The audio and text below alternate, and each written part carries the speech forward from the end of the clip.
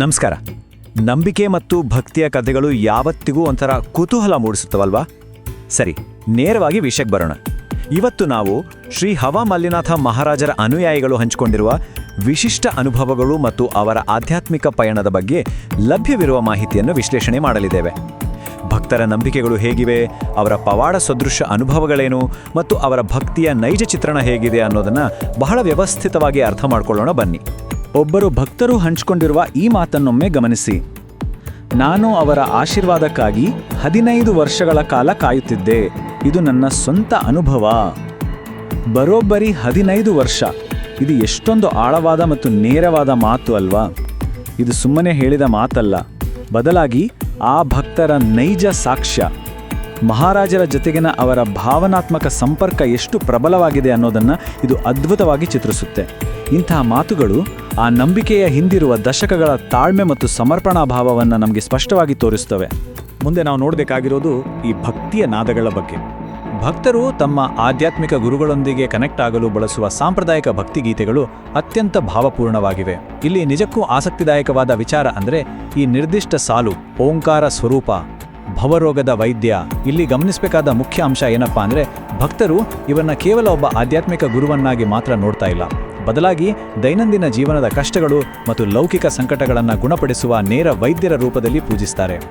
ಅಷ್ಟೇ ಅಲ್ಲ, ಈ ಭಕ್ತಿಯ ಆಳ ಎಲ್ಲಿಯವರೆಗೂ ಹೋಗುತ್ತೆ ಅಂದರೆ, ಕೈಲಾಸದಿಂದ ಧರೆ ಇಳಿದು ಬಂದೆ ಕಲಿಯುಗದ ಕಾಮಧೇನು ಕಲ್ಪವೃಕ್ಷ ಅಂತಾನೂ ಹಾಡ್ತಾರೆ. ನಮ್ಮ ಭಾರತೀಯ ಸಂಸ್ಕೃತಿಯಲ್ಲಿ ಕಲ್ಪವೃಕ್ಷ ಮತ್ತು ಕಾಮಧೇನು ಅಂದರೆ ಏನು ಅಂತ ನಮಗೆಲ್ಲ ಗೊತ್ತೇ ಇದೆ ಅಲ್ವಾ? ಕೇಳಿದ್ದನ್ನೆಲ್ಲ ಕರುಣಿಸುವ ಅನಂತವಾದ ದೈವಿಕ ಶಕ್ತಿಗಳವು. ಭಕ್ತರು ಮಹಾರಾಜರನ್ನು ಈ ದೈವಿಕ ಶಕ್ತಿಗಳಿಗೆ ಹೋಲಿಸುವ ಮೂಲಕ ಅವರ ಕೃಪೆಯನ್ನು ವರ್ಣಿಸ್ತಾರೆ. ಇದು ಅವರ ಮೇಲಿರುವ ಅಚಲವಾದ ವಿಶ್ವಾಸವನ್ನು ತೋರಿಸುತ್ತೆ. ಈಗ ಸ್ವಲ್ಪ ಅಚ್ಚರಿ ಮೂಡಿಸುವಂತಹ ನಾಗರ ಹಾವಿನ ಭೇಟಿಯ ಕಡೆಗೆ ಬರೋಣ. ಗೀತೆಗಳಿಂದ ಸ್ವಲ್ಪ ಮುಂದೆ ಸಾಗಿ ಭಕ್ತರು ಹೇಳುವ ಕೆಲವು ಪವಾಡ ಸದೃಶ ಅನುಭವಗಳನ್ನು ನೋಡೋಣ. ಊಹಿಸ್ಕೊಳ್ಳಿ, ಮಹಿಳಾ ಭಕ್ತಿಯೊಬ್ಬರು ಗಾಢವಾದ ನಿದ್ರೆಯಲ್ಲಿದ್ದಾರೆ. ಆಗ ಇದ್ದಕ್ಕಿದ್ದಂತೆ ಅಲ್ಲಿಗೊಂದು ಭಾರಿ ವಿಷಪೂರಿತ ನಾಗರಹಾವು ಬರುತ್ತೆ. ಅದು ಸುಮ್ಮನೆ ಅಲ್ಲಿಂದ ಹಾದು ಹೋಗಲ್ಲ, ಬದಲಾಗಿ ಅವಳ ಮೇಲೆ ಹೆಡೆ ಎತ್ತಿ ಕೂರುತ್ತೆ. ಎಂಥವರಿಗಾದರೂ ಬೆವರೋಡಿಯುವಂಥ ಸನ್ನಿವೇಶ ಇದು ಖಂಡಿತ. ಆದರೆ ಆಶ್ಚರ್ಯ ಏನಪ್ಪಾ ಅಂದರೆ, ಆಕೆ ಯಾವುದೇ ಹಾನಿ ಇಲ್ಲದೆ ಅದರಿಂದ ಪಾರಾಗ್ತಾರೆ. ಈ ರೋಚಕ ಘಟನೆಯನ್ನ ಅವರು ನೇರವಾಗಿ ಮಹಾರಾಜರ ಬಳಿಯೇ ಬಂದು ಹಂಚಿಕೊಳ್ತಾರೆ. ಭಕ್ತರ ವಲಯದಲ್ಲಿ ಈ ಭಯಾನಕ ಘಟನೆಯನ್ನು ಸಾಕ್ಷಾತ್ ದೈವಿಕ ರಕ್ಷಣೆ ಸಂಕೇತವಾಗಿ ನೋಡಲಾಗುತ್ತೆ. ಇಲ್ಲಿ ನಾಗರಾಜ ಸ್ವರೂಪ ಅನ್ನೋದು ಈ ವಿಶ್ಲೇಷಣೆಯ ಅತ್ಯಂತ ಕುತೂಹಲಕಾರಿ ಭಾಗಗಳಲ್ಲಿ ಒಂದಾಗಿದೆ. ಯಾಕಂದ್ರೆ ಭಕ್ತರು ಇಂಥ ಪ್ರಾಣಾಪಾಯದಿಂದ ಪಾರಾದ ಘಟನೆಗಳನ್ನು ಕೇವಲ ಅದೃಷ್ಟ ಚೆನ್ನಾಗಿತ್ತು ಬದುಕುಳಿದರು ಅಂತ ತಳ್ಳಿ ಹಾಕೋದಿಲ್ಲ, ಬದಲಾಗಿ ಆ ನಾಗರಹಾವನ್ನು ಸಾಕ್ಷಾತ್ ನಾಗರಾಜನ ರೂಪ ಅಂತಾನೂ ಮತ್ತು ಮಹಾರಾಜರನ್ನೇ ಆ ರಕ್ಷಣೆ ಕೊಟ್ಟ ನಾಗರಾಜನ ಸ್ವರೂಪ ಅಂತಾನೂ ನಂಬ್ತಾರೆ. ಘಟನೆಗಳನ್ನು ನೋಡುವ ಅವರ ಆಧ್ಯಾತ್ಮಿಕ ದೃಷ್ಟಿಕೋನ ಎಷ್ಟು ಪ್ರಬಲವಾಗಿದೆ ಎನ್ನುವುದನ್ನು ಇದು ನಿಖರವಾಗಿ ವಿವರಿಸುತ್ತೆ. ಇನ್ನು ಮನಸ್ಸನ್ನೇ ಓದುವ ಮತ್ತೊಂದು ಅಚ್ಚರಿಯ ಘಟನೆ ಬಗ್ಗೆ ಹೇಳ್ತೇನೆ.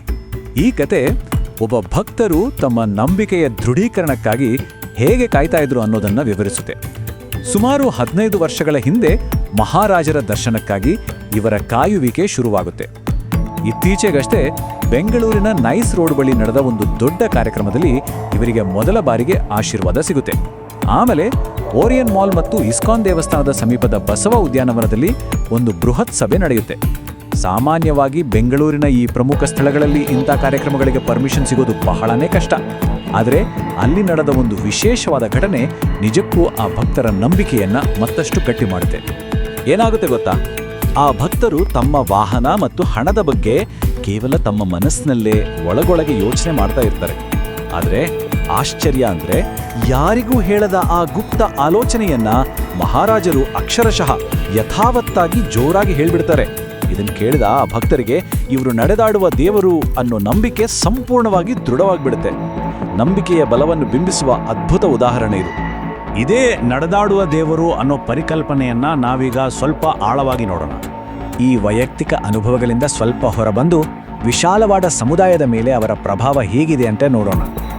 ಭಕ್ತರ ಸಮುದಾಯ ಇವರನ್ನ ಎಷ್ಟೆಲ್ಲ ವಿಶೇಷವಾದ ಬಿರುದುಗಳಿಂದ ಕರೆಯುತ್ತೆ ಗೊತ್ತಾ? ನಡೆದಾಡುವ ದೇವರು, ಸೃಷ್ಟಿಕರ್ತನ ಪ್ರತಿರೂಪ, ಬಡವರ ರಕ್ಷಕ, ನಿರುಗುಡಿಯ ಜ್ಯೋತಿ ಹಾಗೂ ಅನಾಥ ಬಂಧು. ಈ ಪ್ರತಿಯೊಂದು ಪದದಲ್ಲೂ ಭಕ್ತರ ಹೃದಯದಲ್ಲಿರುವ ಅಪಾರ ಭಕ್ತಿ ಮತ್ತು ಗೌರವ ಎದ್ದು ಕಾಣುತ್ತೆ. ಇವರಲ್ಲಿ ಕೇವಲ ಮಾರ್ಗದರ್ಶಕನನ್ನಲ್ಲ, ಬದಲಾಗಿ ಎಲ್ಲರನ್ನೂ ಸಮಾನವಾಗಿ ನೋಡುವ ಕಷ್ಟದಲ್ಲಿರುವವರ ಕಣ್ಣೀರು ಒರೆಸುವ ಒಂದು ಸಾಕ್ಷಾತ್ ದೈವಿಕ ಶಕ್ತಿಯನ್ನೇ ಕಾಣ್ತಾರೆ. ಇನ್ನೊಂದು ಆಸಕ್ತಿದಾಯಕ ವಿಚಾರ ಏನಂದ್ರೆ, ಈ ಆಶ್ರಮದ ಪ್ರಭಾವ ಕೇವಲ ಆಧ್ಯಾತ್ಮಿಕತೆಗೆ ಮಾತ್ರ ಸೀಮಿತವಾಗಿಲ್ಲ ಅನ್ನೋದನ್ನ ಮೂಲಗಳು ವರದಿ ಮಾಡ್ತವೆ. ಇಲ್ಲಿ ಆಧ್ಯಾತ್ಮಿಕ ಸಭೆಗಳ ಜೊತೆಗೆ ಭಾರತ ಮಾತಾ ಪೂಜೆ ಹಾಗೂ ರಾಷ್ಟ್ರಧ್ವಜಾರೋಹಣದಂತಹ ದೇಶಭಕ್ತಿಯ ಆಚರಣೆಗಳನ್ನು ಮಾಡಲಾಗುತ್ತೆ. ನಾವು ಗಮನಿಸಬಹುದಾದ ಅಂಶ ಅಂದರೆ, ರಾಷ್ಟ್ರೀಯತೆಯ ಭಾವನೆ ಮತ್ತು ಆಧ್ಯಾತ್ಮಿಕ ಭಕ್ತಿ ಎರಡೂ ಒಂದೇ ವೇದಿಕೆಯಲ್ಲಿ ಹೇಗೆ ವಿಶಿಷ್ಟವಾಗಿ ಸೇರ್ಕೊಳ್ತವೆ ಎನ್ನುವುದು. ಹೀಗೆ ಇದೆಲ್ಲವನ್ನೂ ಒಟ್ಟಾರೆಯಾಡಿ ಗಮನಿಸಿದಾಗ ಒಂದು ಬಹಳ ಆಳವಾದ ಪ್ರಶ್ನೆ ನಮ್ಮಲ್ಲಿ ಮೂಡುತ್ತೆ. ಇಂತಹ ಅತ್ಯಂತ ವೈಯಕ್ತಿಕ ಹಾಗೂ ಪವಾಡ ಅನಿಸುವಂತಹ ಅನುಭವಗಳನ್ನು ಜನರು ಇಷ್ಟು ತೀವ್ರವಾಗಿ ಹಂಚಿಕೊಳ್ಳುವಾಗ ಆಧುನಿಕ ಜಗತ್ತಿನಲ್ಲಿ ದೈವತ್ವದ ಬಗ್ಗೆ ಇರುವ ನಮ್ಮ ಒಟ್ಟಾರೆ ತಿಳುವಳಿಕೆ ಹೇಗೆ ರೂಪುಗೊಳ್ಳುತ್ತಿದೆ? ಇದು ನಿಜಕ್ಕೂ ನಾವು ಆಳವಾಗಿ ಯೋಚಿಸಬೇಕಾದ ವಿಷಯ ಅಲ್ವಾ?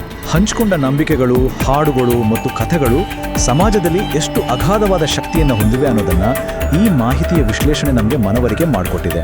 ಈ ಕುತೂಹಲಕಾರಿ ವಿಷಯದ ಬಗ್ಗೆ ತಿಳಿದುಕೊಳ್ಳಲು ನಮ್ಮ ಜೊತೆ ಸೇರಿಕೊಂಡಿದ್ದಕ್ಕೆ ಧನ್ಯವಾದಗಳು.